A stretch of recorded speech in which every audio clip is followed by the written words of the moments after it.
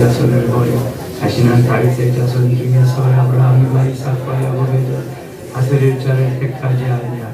내가 그 모든 부러진 자를 돌아오 그를 불쌍히 여기리라. 아멘. 33장까지 읽었습니다. 예레미야는 죄악으로 인해서 이스라엘 백성이 예루살렘이 멸망할 것을 백성들에게 전합니다. 하나님이 주신 말씀을 백성들에게 전하는 것입니다. 그런데 왕은 그것을 못마땅히 여겨서 예레미야를 시위대 뜰에 가두게 됩니다. 감옥에 가두는 것입니다. 그 당시 시위대 뜰은 지하에 있는 그 감옥입니다. 거기에 예레미야를 가두게 된 거죠. 32장 보겠습니다. 유다의 시드기야 왕 10째 곧 느부갓네살 18째에 여호와의 말씀이 예레미야에게 임하니라. 그때 바벨론 군대는 예루살렘을 에워싸고 선지자 예레미야는 유다의 왕의 궁중에 있는 시위대 뜰에 갇혔으니 이는 그가 예언하기를 여호와의 말씀에 보라 내가 이 성을 바벨론 왕의 손에 넘기리니 그가 차지할 것이며 유다 왕 시드기야는 갈대아인의 손에서 벗어나지 못하고 반드시 바벨론 왕의 손에 넘겨진 바 되리니 입이 입을 대하여 말하고 눈이 서로 볼 것이며 그가 시드기야를 바벨론으로 끌어가리니 시드기야는 내가 돌볼 때까지 거기에 있으리라. 여호와께서 이와 같이 말씀하시니라. 너희가 갈대아인과 싸울지라도 승리하지 못하리라 하셨다 하였더니 유다 왕 시드기야가 이르되 내가 어찌하여 이같이 예언하였느냐 하고 그를 가두었음이었더라. 이 시드기야 왕은 예레미야의 예언이 못마땅한 거죠.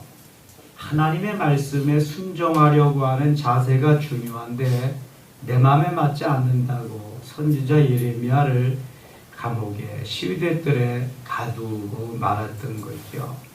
영적으로 무지하면 우리는 어려움을 당할 수밖에 없습니다. 예레미야가 기도합니다. 16절 한번 보시죠. 내가 매매 증서를 내려야 될 바로에게 넘겨준 뒤에 여호와께 기도하여 이르되 17절 18절 같이 읽겠습니다. 슬프도소이다 주 여호와여 주께서 큰 능력과 표심팔로 천지를 지으셨사오니 주께서는 할 수 있는 일이 없으시니 주는 은혜를 천만인에게 베푸시며 아버지의 죄악을 그 후손의 품에 갚으시오니 그거 능력 있으신 하나님이시여 이름은 만군의 여호와시니이다. 이 예레미야가 할 수 있는 건 시위대 뜰에서 하나님 앞에 기도하는 것뿐이죠. 그래서 하나님 앞에 간절히 기도합니다. 26절 보겠습니다. 그때 여호와의 말씀이 예레미야에게 임하여 이르시되 하나님이 이제 응답하십니다. 말씀하십니다. 나는 여호와여 모든 육체의 하나님이라. 내게 할 수 있는 일이 있겠느냐 할 수 없는 일이 있겠느냐. 전의 성경은 내게 능치 못할 일이 있겠느냐 이렇게 말씀하십니다. 하나님은 무엇이든지 하실 수 있는 불가능이 없으심을 말씀합니다. 28절 같이 읽겠습니다. 그러므로 여호와께서 이와 같이 말씀하시니라. 보라 내가 이 성을 갈대인의 손과 바벨론의 느부갓네살 왕의 손에 넘길 것인즉 그가 차지할 것이라.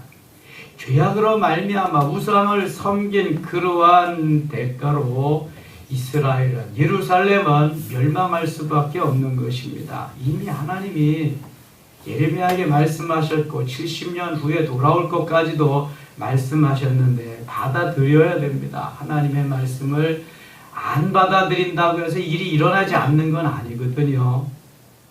29절 이 성을 치는 갈대아인이 와서 이 성읍에 불을 놓아 성과 집 곧 그 지붕에서 바알에게 분향하며 다른 신들에게 전제를 드려 나를 경노하게 한 집들을 사르리니 30절 같이 읽을게요. 이는 이스라엘 자손과 유다 자손 이로부터 내 눈앞에 악을 행하였을 뿐이라. 이스라엘 자손은 그의 손으로 만든 것을 가지고 나를 경노하게 한 것뿐이니라. 여호와의 말씀이니라. 죄의 결과, 죄의 그 대가입니다. 우상을 섬긴 결과가 이렇게 비참하게 되어진다는 거지요.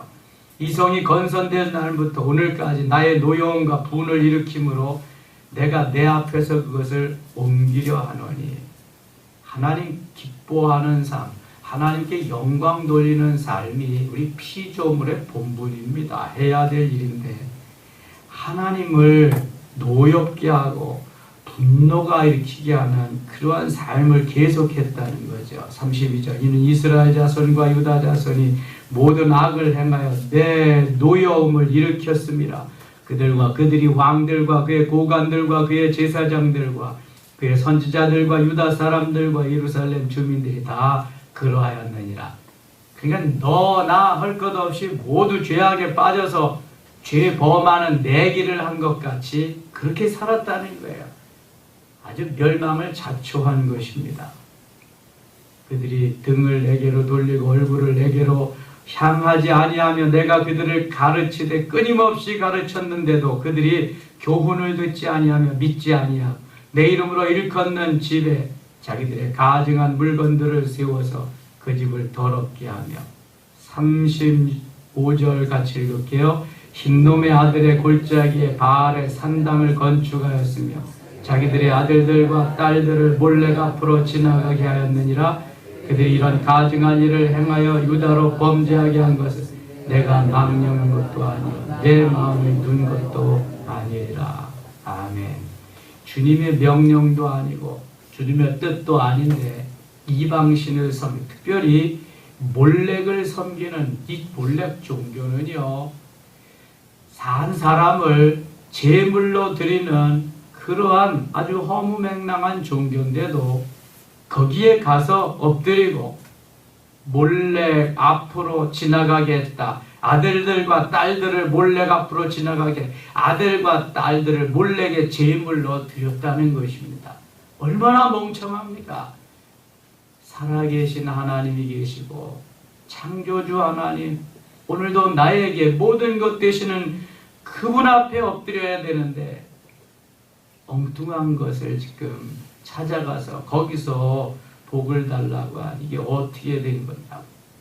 우리 인생들은, 우리 육신들은요, 참 이해하지 못할 정도로 아주 어리석고 때로는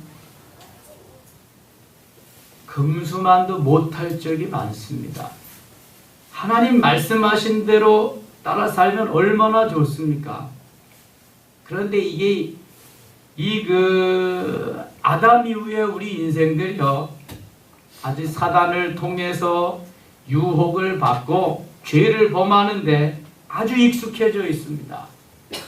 정말 철저하게 하나님의 말씀의 법에 순종하면서 무장하지 아니하면은요, 언제 어느 때 넘어갈는지 몰라요. 제가 어제 메시지 전하면서도 그랬습니다만, 아니 모세는 먹지도 않고 마시지도 아니하고 이스라엘 백성들을 위해서 40주야를 금식하며 기도하는데 밑에서는 도와서 중보하며 같이 기도해야 될 거 아니겠습니까?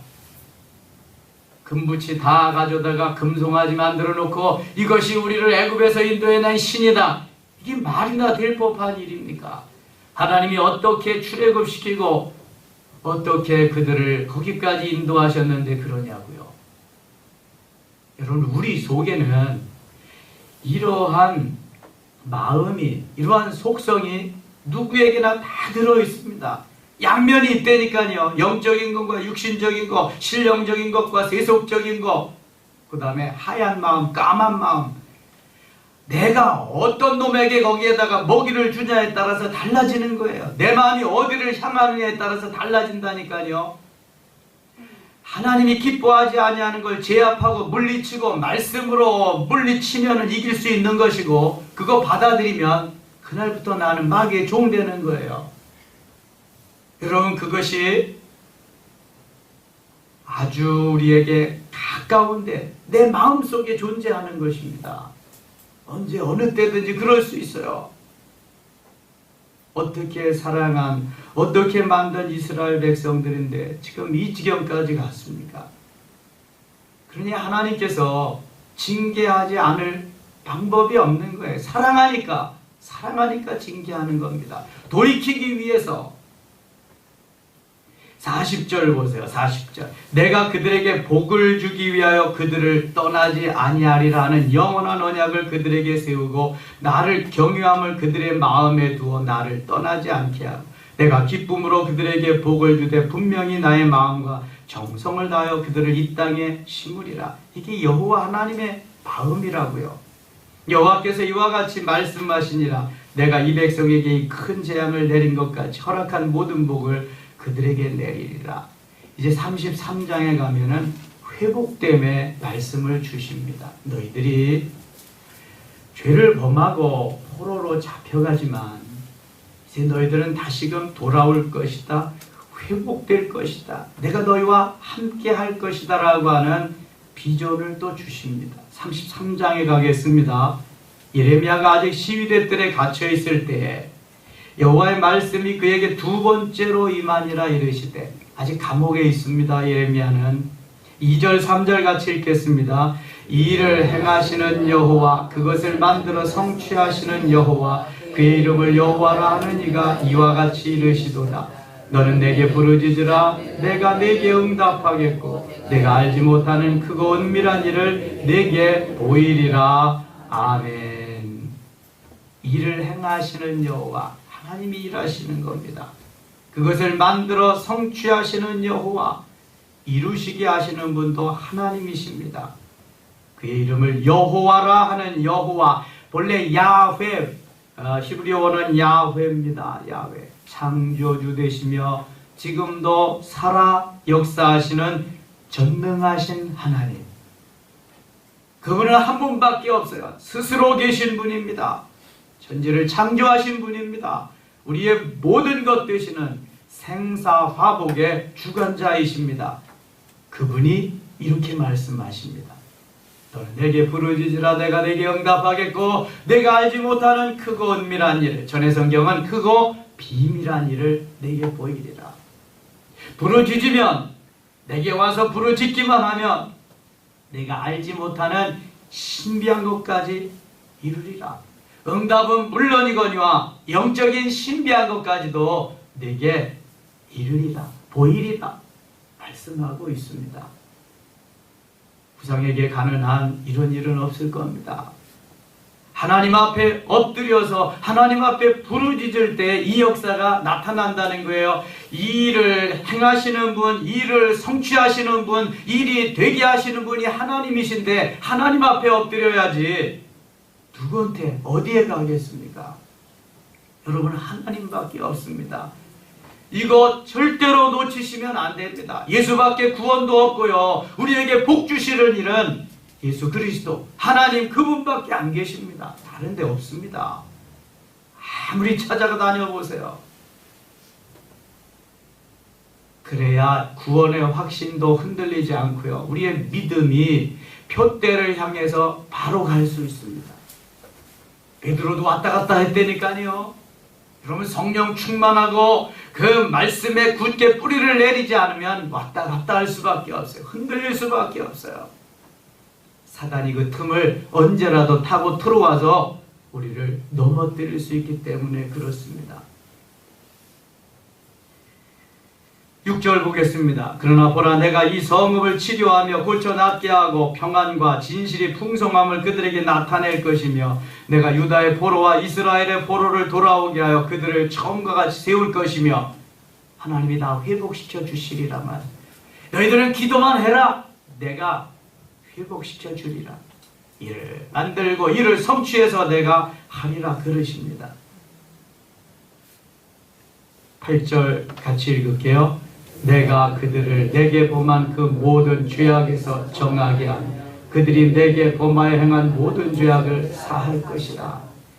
너희들이 엉뚱한 일을 범하 몰렉에게 자녀들을 내어주고 우상을 섬겼지만 이제 때가 되매 너희들을 내가 죄악에서 살 것이다, 용서할 것이다. 9절, 이 성읍이 세계 열방 앞에서 나의 기쁜 이름이 될 것이며 찬송과 영광이 될 것이요 그들은 내가 이 백성에게 베푼 모든 복을 들을 것이요 내가 이 성읍에 베푼 모든 복과 모든 평안으로 말미암아 두려워하며 떨리라. 우리는 여기서 아버지의 사랑을 발견하게 됩니다. 아버지는 아들을 사랑하기 때문에 곁길로 나간 아들을 책망할 수밖에 없고요. 때로는 초달도 하고요. 때로는 징계하고 있지요.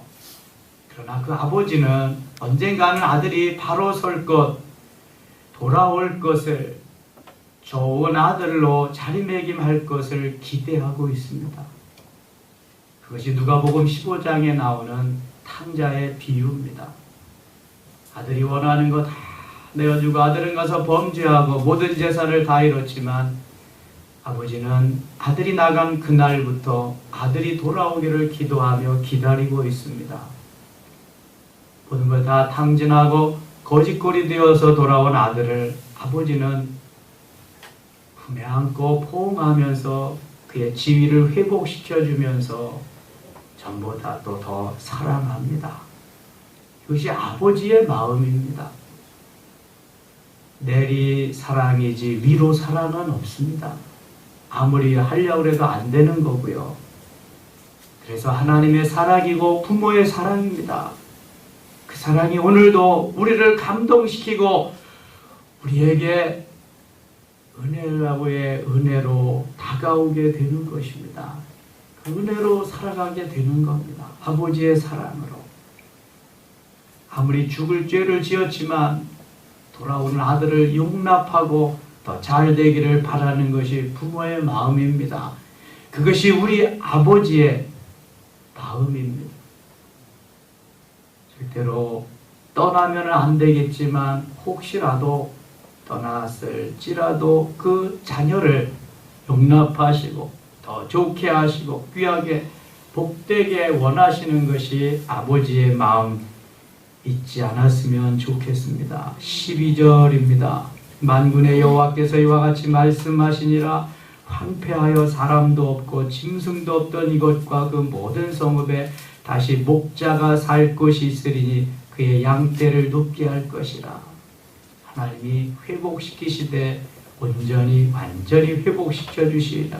산지 성읍들과 평지 성읍들과 네겝의 성읍들과 베냐민 땅과 예루살렘 사면과 유다 성읍들에서 양떼가 다시 기수하는 자의 손 아래로 지나리라. 여호와께서 말씀하시니라. 아멘. 오늘도 하나님은 살아계십니다. 하나님 외에 다른 어떤 것도 복을 줄 존재가 없습니다.